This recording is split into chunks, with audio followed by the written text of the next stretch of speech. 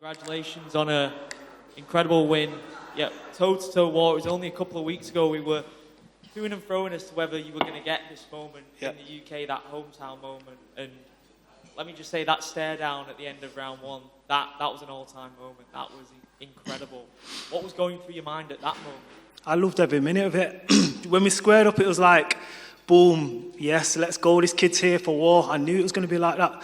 I seen it in him, yes, from the weigh-ins. It's like I was looking at a younger me. Was both there to fight, both there for war, and I was up for it, man. I loved it. I loved every second of it. And we've talked about that emotional journey, you know, the constant backtracks that you've had, not due to your own circumstances, just through life happening to you. Yeah. Have you had that emotional release now after having that victory? Because it has been a long road to even just getting to this moment now, hasn't it?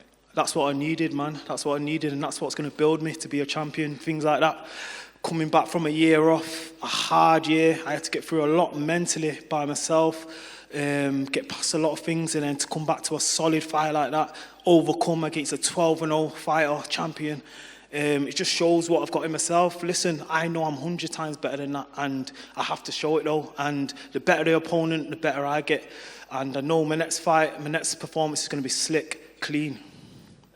Obviously, you mentioned it can be a lonely road sometimes, but the electricity of that crowd in there, specifically for your performance, that must have validated all the hard work that you've been putting in over the years. And you are a role model at Manchester Top Team as well, aren't you, for the young guys? Like the Callum Connors, like the Lewis McGrillans as well. Yeah, of course, man, and that just shows them. They probably watched that fight and thought, I'm a lot better than that, but it shows sometimes you just have to dig deep, get dirty, and get through the fight, innit? Win the fight, and that's what I had to do today. What's next for you? You know, we talked about the championship fight coming later in the year, Volkanovski, Yair Rodriguez. You want to be breaking into that top 15, but there was also the Nathaniel Wood fight as well. Where's Nathaniel Wood? Is he under here? Because he's running from me, bro. But listen, the next UK card in July or whenever it is, if I don't get a number next to my name, give me Nathaniel Wood and I'll break Nathaniel Wood. That would be an amazing build-up, wouldn't it? It's kind of blown up out of nowhere, hasn't it, that rivalry, because obviously he's had an injury, but you was ready and you feel that you would have fought through that injury to get to the fight. Yeah. Regardless of the top 15, the ranking status, do you feel that that's a fight that has to happen just for bragging rights sort of thing now? I wouldn't say bragging rights, but I'm a fighter. He's a fighter. He thinks he's better than me. I know I'm better than him. So let's put on a show for the fans. I'm sure the fans would love to see that in the UK. Main card, co-main, whatever you want to do. But look, I'm 5-0 in the UFC basically, and I believe I deserve my shot now. I just put on a good fight against a tough, undefeated kid on short notice, southpaw. Like, I had no time to drill, nothing. There's nothing to make any excuses, but I accepted the fight. 10-0, took him out. Well done. Congratulations on getting that moment. Thank you. Lerone, how you doing, mate? Okay.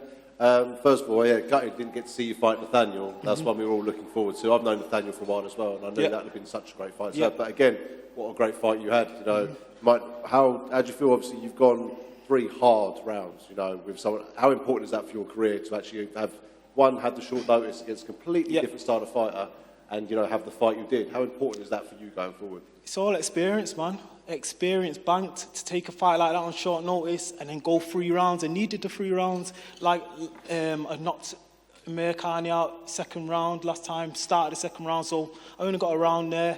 I'm young in my career, man. I've had, 13 fights in 8 or 9 years or whatever it is. So it's good to get the experience, man. And all these top guys, these top 15 guys, they're like 20, 30 pro fights into the career. So, yeah, man, I like to get the 3 rounds in. And the other question, it seems like a lifetime ago. I remember watching you on FCC, man, on the UK circuit. It seems like a lifetime ago since we were there. And does that show that you don't need to go through some massive organisation to get into the UFC? Yeah, of course, man. It's just about your performances. I was KOing people for joke them times, and it's like, come up, got to the UFC. So yeah, you can go anyway, but just make sure you're fighting good competition, innit? And last one for me, what are you going to spend your 50 grand on? To me, I want to buy a house for my mum. That's been my goal from the get-go. That's what I want to do, buy a house for my mum. So Dana, send that 50 G's, bro. That's a deposit right there, man. Congratulations, mate, and I hope we get that fight with Nathaniel. I know it was just a knee injury. I think he got a deep laceration in his knee, so hopefully that won't take too long. Yeah. Let's go. Front right here. You spent about 3 minutes on your back in that final frame. How close were you to being in danger in that position? Nah, well drilled there, man. I was calm. He's a black belt or whatever he is, brown belt, black belt. I was calm there, man. Was drilled. Me and my friend Jordan. Coaches went over a few bits, and like I said, it was a short notice fight. We knew he was good on the back. We had a week to just drill, but I'm ready for them positions anyway, man. I'm well drilled. Well, I know you said it was like southpaw, last minute opponent, everything. Was he tougher than you had expected in there, given his experience level? Do you know what? He had a weird timing. It's like he's pulling me in, and countering. What happened? Looks like he just got back up. Oh, yeah, man. Sorry.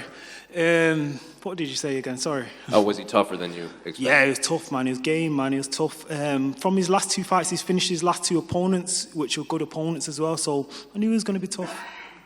In hindsight, is fighting these young, undefeated guys, is that the more dangerous fight than, say, fighting the top 15 guys? Because he's trying to make a name off you, and he doesn't really have anything to lose in there. Like I said, it was like fighting a younger version of me. That was me in 2019 against Tukagov, nothing to lose. Just get in there, have it, give it your all. That was like a younger me, man. It's like, yeah, it's dangerous because you've got to think about it like this as well. He's 10-0, champion in another organisation. You could put him against probably number 10 to 15, and he'll give him just a tough fight, just like that. It doesn't really matter about numbers.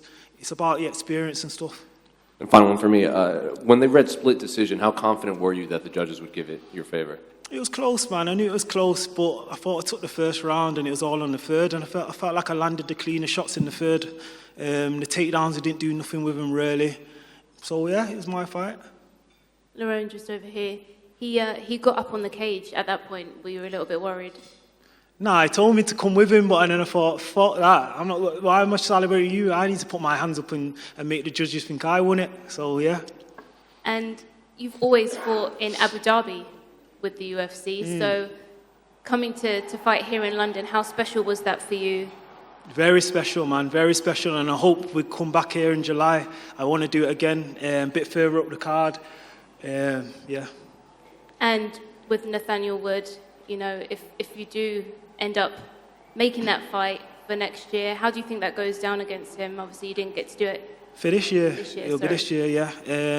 It'll be a good fight, man. I respect Nathaniel's skills, but I feel like I'm better. I feel like I'm a lot better. But to be fair, I feel like everything happens for a reason, and I needed that kind of fight to get in there. I needed that fight after so long off now, and I'll make it look a lot cleaner, a lot simpler with Nathaniel.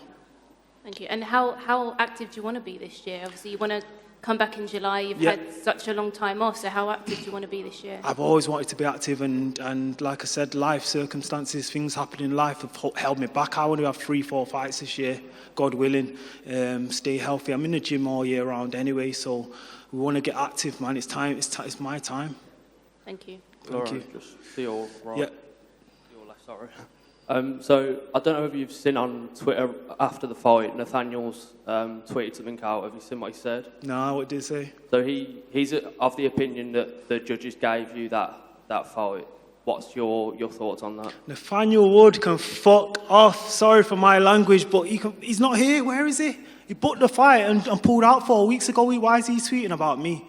Tell him to come and fight me then, innit, and make the fight. Don't pull out. Thank you. Lerone, over here to your right. Yeah. I just wanted to ask you about someone. Dominic Cruz has been talking about you all week in a lot of interviews, talking about how talented you are and how he's brought you into camp to help him train. Mm-hmm. So I want to ask you, how good is he and how much has he helped you whenever you've got the opportunity to spar and train with him? Yeah, Dom's top of the world, man. He's been champion. He's the greatest bantamweight of all time, in my opinion. And even just mentally, just hearing some of the things he says, the way he breaks down your feelings and stuff like that. Because we've had a lot of talks about just even the nerves before a fight and stuff like that. Every fighter goes through it. Do you get what I'm saying? It's just good the way he breaks down some of the things, and it's just like, he's basically saying I need to believe in myself, because my ability in the gym, I'm not transferring it. I don't believe in transferring it. And it's going to come. I just need the repetition, the fights. And it's good to get them 3 rounds there. And I feel like next fight, I'm going to show my true potential. How are you celebrating your win? Food. Nothing but food, man. What, prawns, salmon? Seafood. Do you think you want to shout out a name in the top 10 to 15 at all? Anybody from between 10 to 15. Caceres would be a good fight. He's number 15. I don't even know who else is there. Any of them. Congratulations. Thank you.